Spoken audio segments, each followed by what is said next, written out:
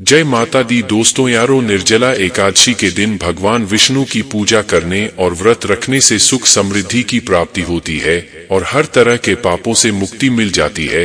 हिंदू धर्म में एकादशी का विशेष महत्व है। साल में कुल 24 एकादशी पड़ती है।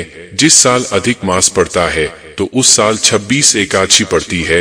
ऐसे ही ज्येष्ठ मास के शुक्ल पक्ष की एकादशी को निर्जला एकादशी का व्रत रखा जाता है। इस साल निर्जला एकादशी पर काफी शुभ योग बन रहे हैं। इस दिन भगवान विष्णु की विधिवत पूजा करने से शुभ फलों की प्राप्ति होती है। अगर आप सब हमारे चैनल भक्ति में शक्ति 8824 पर नए हैं तो अपने इस चैनल को सब्सक्राइब जरूर कर ले। दोस्तों, इस एकादशी को सबसे कठोर एकादशी में से एक माना जाता है क्योंकि इस व्रत के दौरान पानी तक पीने की मनाही होती है।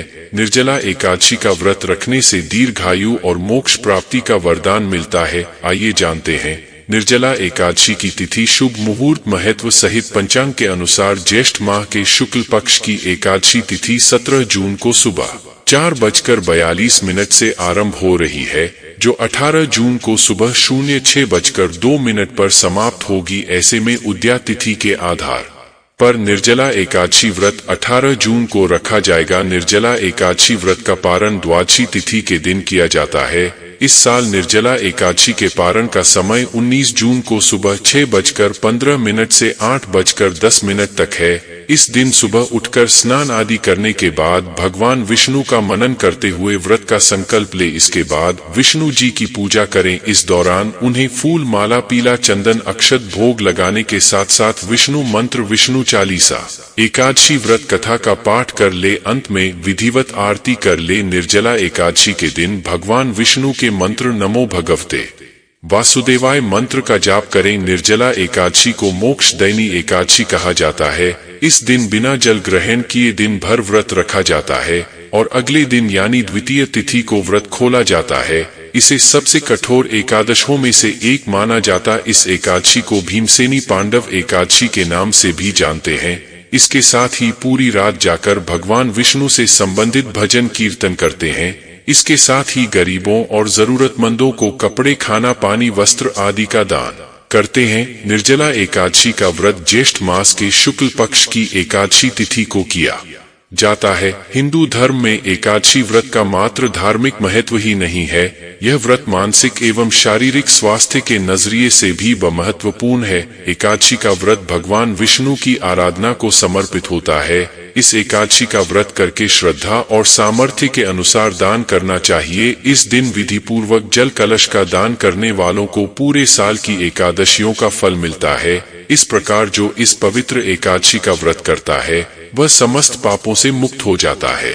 एकादशी व्रत का इतिहास। एक बार बहुभोज भीमसेन ने व्यास जी के मुख से व्रत एकादशी को निराहार रहने का नियम सुनकर विनम्र भाव से निवेदन किया कि महाराज, मुझसे कोई व्रत नहीं किया जाता, दिन भर बड़ी तीव्र क्षुधा बनी ही रहती है। आप कोई ऐसा उपाय बतला दीजिए जिसके प्रभाव से स्वतः सद्गति हो जाए। तब व्यास जी ने कहा कि तुमसे वर्ष भर की संपूर्ण एकादशी नहीं हो सकती तो केवल एक निर्जला कर लो, इसी से साल भर की एकादशी करने के समान फल हो जाएगा। तब भीम ने वैसा ही किया और स्वर्ग को गए। इसलिए यह एकादशी भीमसेनी एकादशी के नाम से भी जानी जाती है।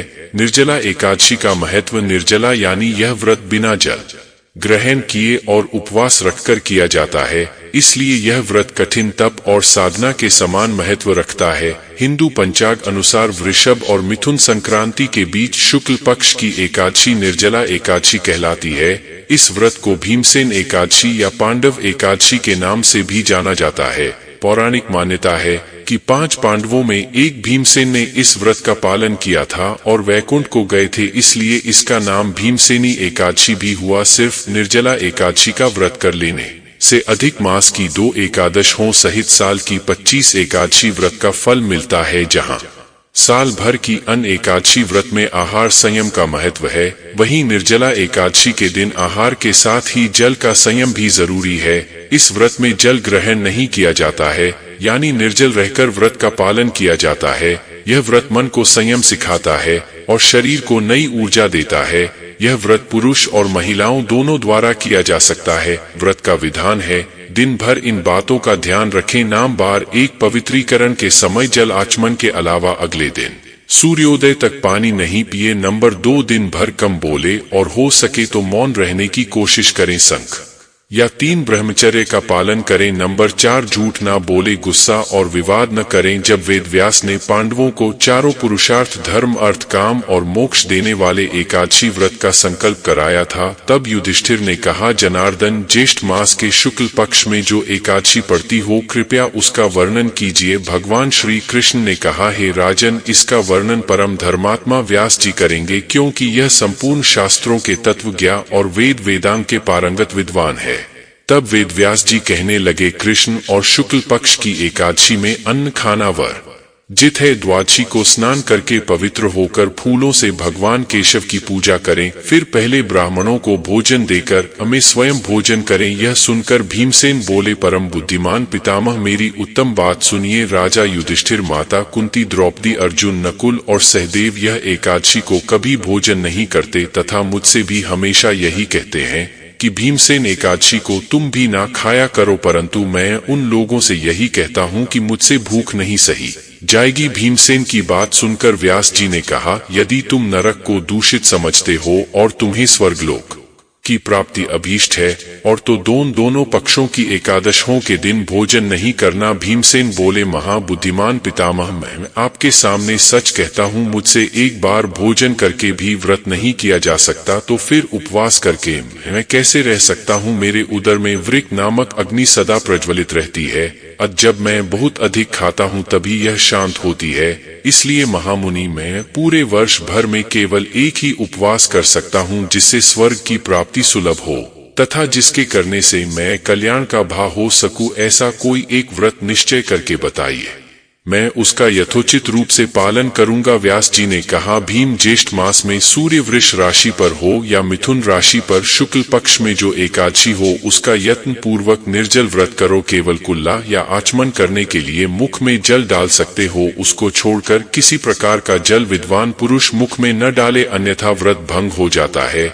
एकादशी को सूर्योदय से लेकर दूसरे दिन के सूर्योदय तक मनुष्य जल का त्याग करें तो यह व्रत पूर्ण होता है। इसके बाद द्वादशी को प्रभात काल में स्नान करके ब्राह्मणों को विधि पूर्वक जल और सुवर्ण का दान करें। इस प्रकार सब कार्य पूरा करके जितेंद्रिय पुरुष ब्राह्मणों के साथ भोजन करें। वर्ष भर में जितनी एकादशियां होती हैं, उन सब का फल इस निर्जला एकादशी से मनुष्य प्राप्त कर लेता है, इसमें तनिक भी संदेह नहीं है। शंख चक्र और गदा धारण करने वाले भगवान केशव ने मुझसे कहा था कि यदि मानव सबको छोड़कर एकमात्र मेरी शरण में आ जाए और एकादशी को निराहार रहे तो वह सब पापों से छूट जाता है। कुंती नंदन, निर्जला एकादशी के दिन श्रद्धालु स्त्री पुरुषों के लिए जो विशेष दान और कर्तव्य विहित हैं, उन्हें सुनो। उस दिन जल में शयन करने वाले भगवान विष्णु का पूजन और जलमय धेनु यानी पानी में खड़ी गाय का दान करना चाहिए। सामान्य गाय या घी से बनी गाय का दान भी किया जा सकता है। इस दिन दक्षिणा और कई तरह की मिठाइयों से ब्राह्मणों को संतुष्ट करना चाहिए। उनके संतुष्ट होने पर श्री हरि मोक्ष प्रदान करते हैं। जिन्होंने श्री की पूजा और रात्रि में जागरण करते हुए इस निर्जला एकादशी का व्रत किया है, उन्होंने अपने साथ ही बीती हुई 100 पीढ़ियों को और आने वाली 100 पीढ़ियों को भगवान वासुदेव के परम धाम में पहुंचा दिया है। निर्जला एकादशी के दिन अन्न, वस्त्र, रगौ, जलशिया, सुंदर आसन, कमंडलू तथा छाता दान करने चाहिए। जो श्रेष्ठ तथा सुपात्र ब्राह्मण को जूता दान करता है, वह सोने के विमान पर बैठकर स्वर्गलोक में प्रतिष्ठित होता है। जो इस एकादशी की महिमा को भक्ति सुनता अथवा उसका वर्णन करता है, वह स्वर्गलोक में जाता है। चतुर्दशी युक्त अमावस्या को सूर्य ग्रहण के समय श्राद्ध करके मनुष्य जिस फल को प्राप्त करता है, वही फल इस कथा को सुनने से भी मिलता है। भीमसेन, ज्येष्ठ मास में शुक्ल पक्ष की जो शुभ एकादशी होती है, उसका निर्जल व्रत करना चाहिए। उस दिन श्रेष्ठ ब्राह्मणों को शक कर के साथ जल के घड़े दान करने चाहिए। ऐसा करने से मनुष्य भगवान विष्णु के समीप पहुंचकर आनंद का अनुभव करता है।